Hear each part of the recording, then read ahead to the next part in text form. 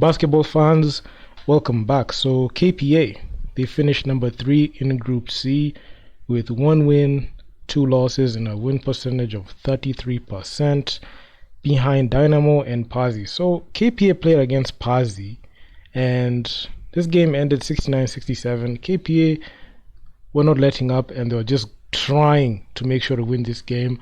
But in the clutch, few things happened. A couple of shots went through, and Pazzi just came out with the win.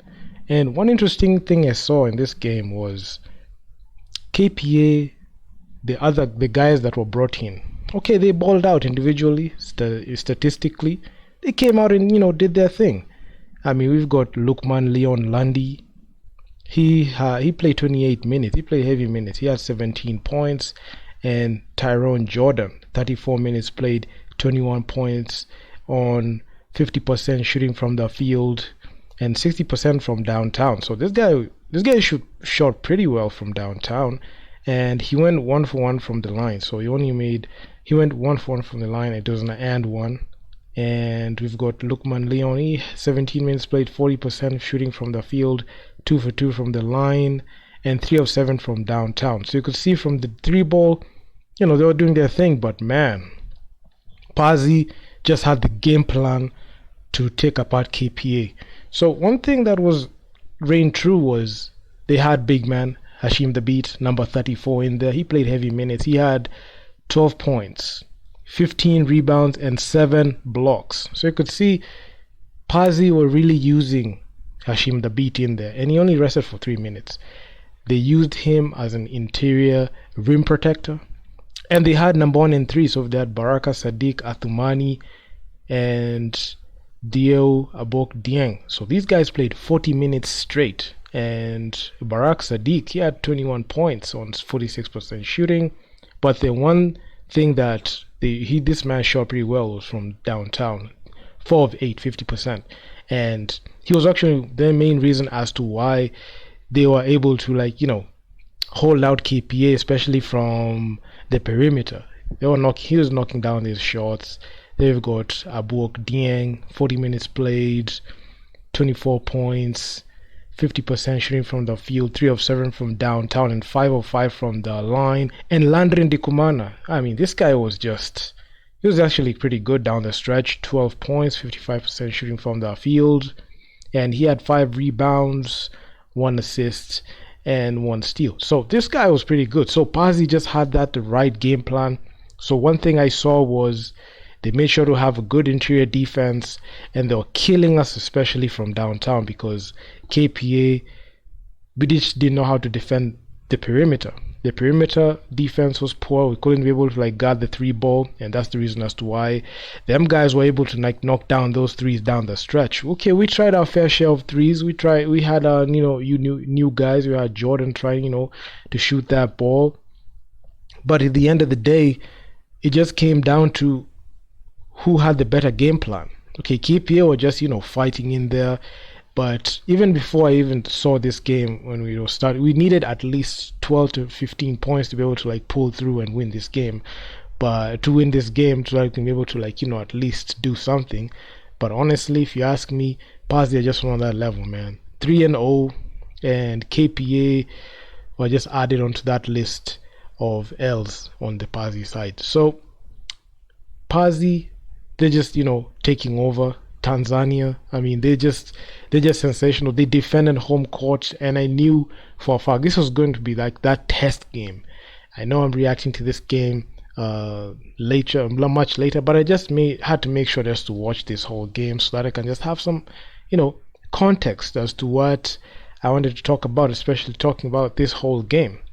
And let me tell you, KPA, I mean, it's all downhill right now. I mean, their road to BAL campaigns have not been the greatest. Starting even from 2019, I just like to appreciate history, because I feel like some people just look at this thing like an isolated incident, and they don't look at these games and look at these campaigns and try to collect data like the way we do it here on this channel. So looking at the way KPA has been playing, especially in road to BAL, the strongest KPA has ever looked is in 2019 in the road to BAL. Only missing a whopping total of only losing one game. It was due to a walkover, and you know what happened. Their staff was very incompetent and missed that opportunity to be able to like be in the inaugural first ever BAL.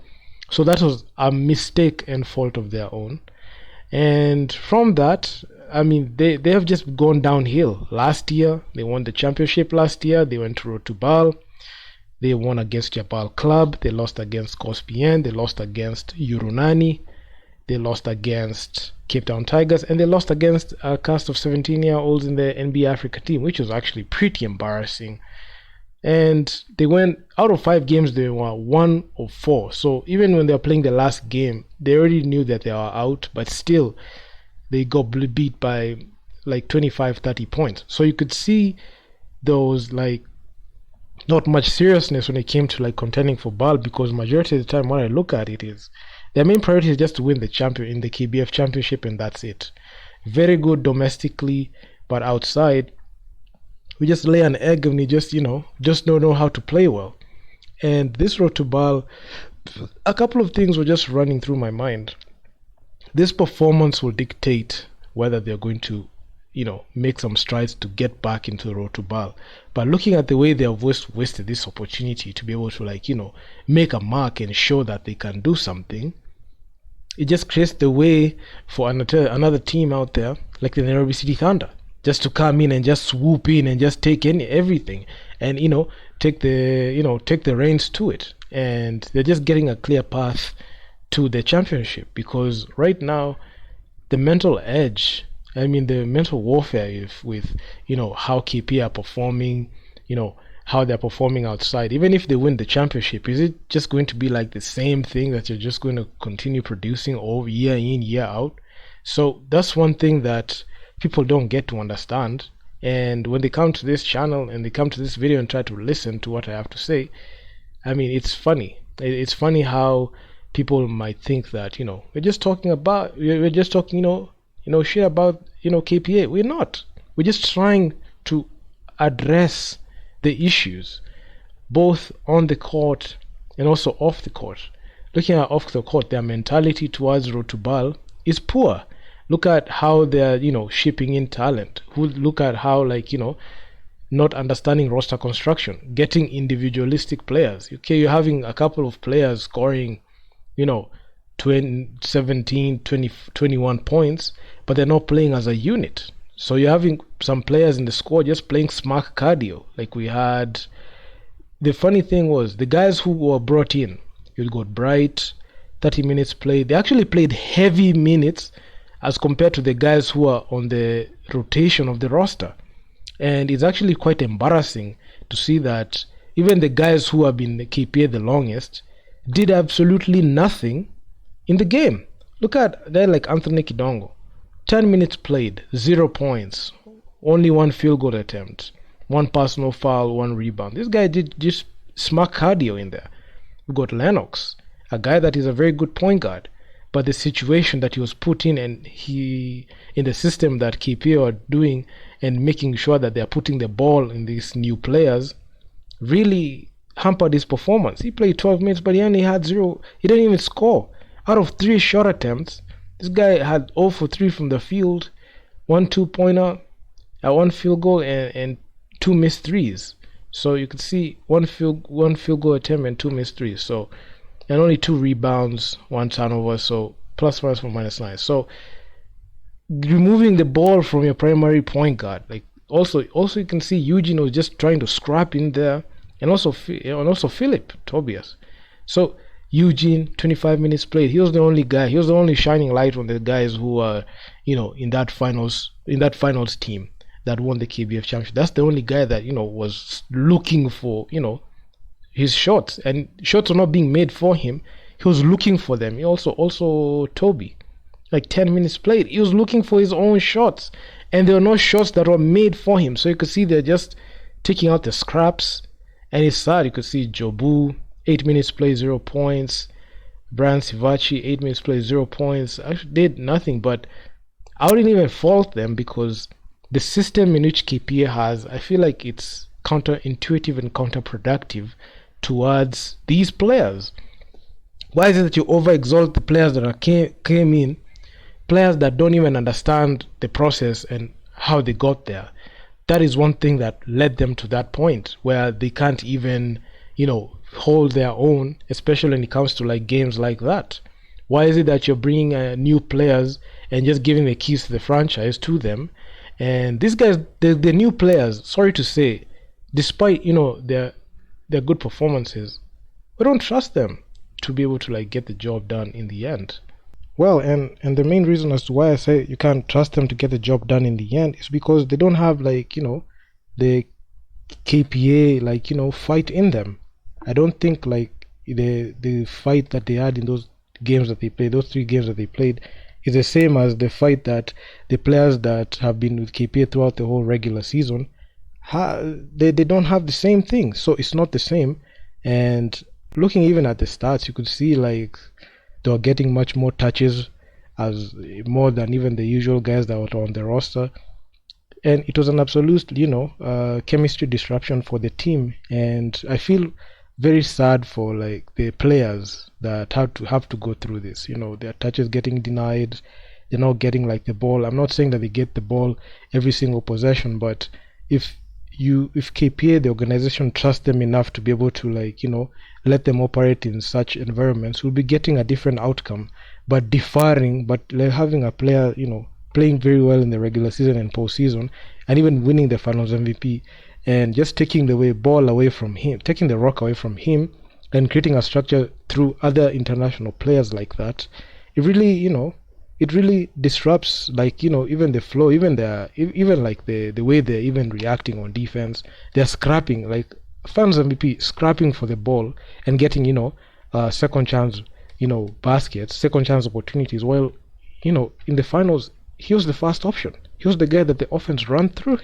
So all I'm saying is, man, it's actually upsetting. And even looking back at even the history of KPA, how they have been operating, it has not been the greatest. And sorry to say, man, I mean, Nairobi City Thunder are just watching. They're just watching the like what is unfolding. This has been the worst KP has performed. The other time they went to the second round in 2019, they only one game short which they didn't play.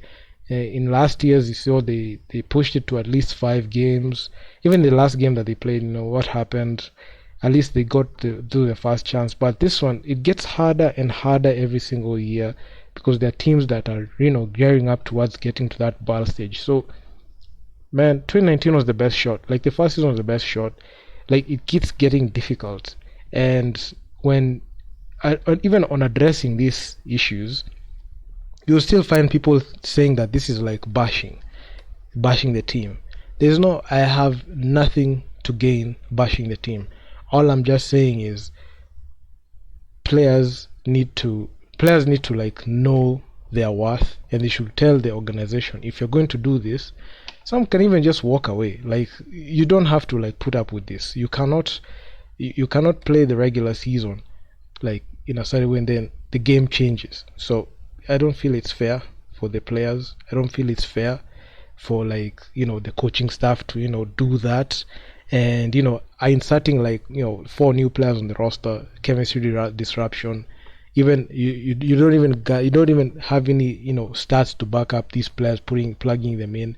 I know you are supposed to be retooling, but this should serve as a lesson.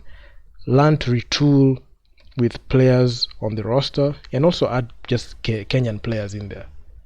Okay, I know other teams are doing that, but you could see the chemistry that other teams had. You could see how Dynamo were very good on defense.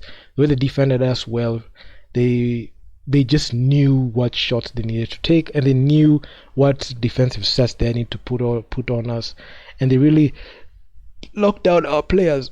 Like the players that play well, they had a very they had very horrendous shooting splits, and we talk about that in the previous videos, just airing that out. But man, even going even into this game, like even in the team comparison, man, shooting wise, we didn't shoot the ball well. We shot like even below 40% from the field. We shot 38% from the field. And the reason as to why Team Pazzi shot 52% from the field is because they had a big man in there in Hashim the Beat, who was like getting all those second chance points. In the pick and roll, he was actually a threat, and he was a guy that was really helping them in that interior role, in like, scoring inside there. And also defense is the primary rim protector, so that's the reason as to why our 2-point field goals were not able to convert, because Hashim the Beat made KPA think twice about driving inside, because I saw a situation where we had a shot in there, but because he was there, like, man, he had 7 blocks in that game, so it was actually quite difficult to like score in there.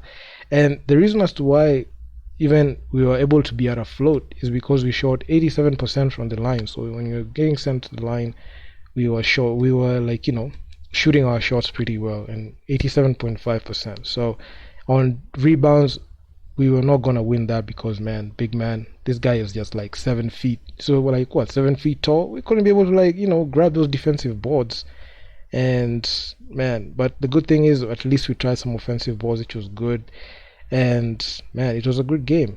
We led in steals. We dished out the rock pretty well. They're playing a lot of like ISO ball. I saw a lot of ISO ball coming from Team Pazi, but majority of the time, Hashim the Beat, you just throw the ball in there. Ndikumana just grabs it. Finishes that nice layup on the transition. So assist wise, we beat them there, but in the turnovers, they had a lot of turnovers than us. We actually took care of the ball pretty well, especially down those crucial possessions.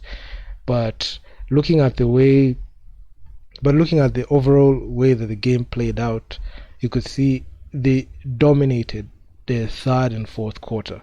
There's a point where we had a shooting slump, but we did a comeback. We hit like there's this point, like, one of those players, Jordan, he hit like, a couple back-to-back threes. Also, Toby hit a 3 in there in the clutch, and we were able to like bring the game close.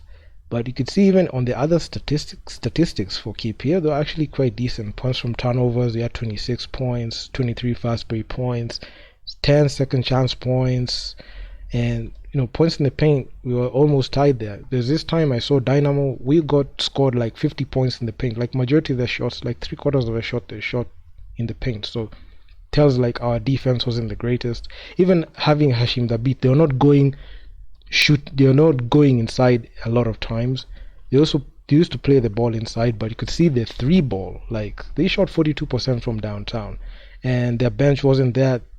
Pazi played with 7 players, and there were like 4 or 5 players who were listed as DNP, and they didn't have like that, and having them holding us off while we having like our guys in the bench really speaks towards like the quality of players that we had. We didn't have like a lot of quality coming in. We saw a bit of quality from the 2 foreign players, but given like the team dynamics and the chemistry, of course it was just quite difficult for a team to be able to like adjust in there. So yeah, I mean, it's tough luck, and looking at like the way that the game panned out, and just looking at like the futile attempt, like the comeback, it was actually pretty good. I am happy we didn't get blown out. It didn't look like the Dynamo game, because in the Dynamo game it was just difficult to watch.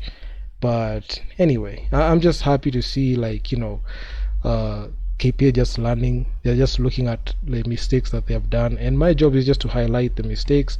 And also the possible solution that I've seen is try to retool with players, try to build chemistry with players, trust in your players, try to craft plays for your key players, especially in the roster. If it's the 1 through 5 per possession, try to like find a way to be able to like get them involved.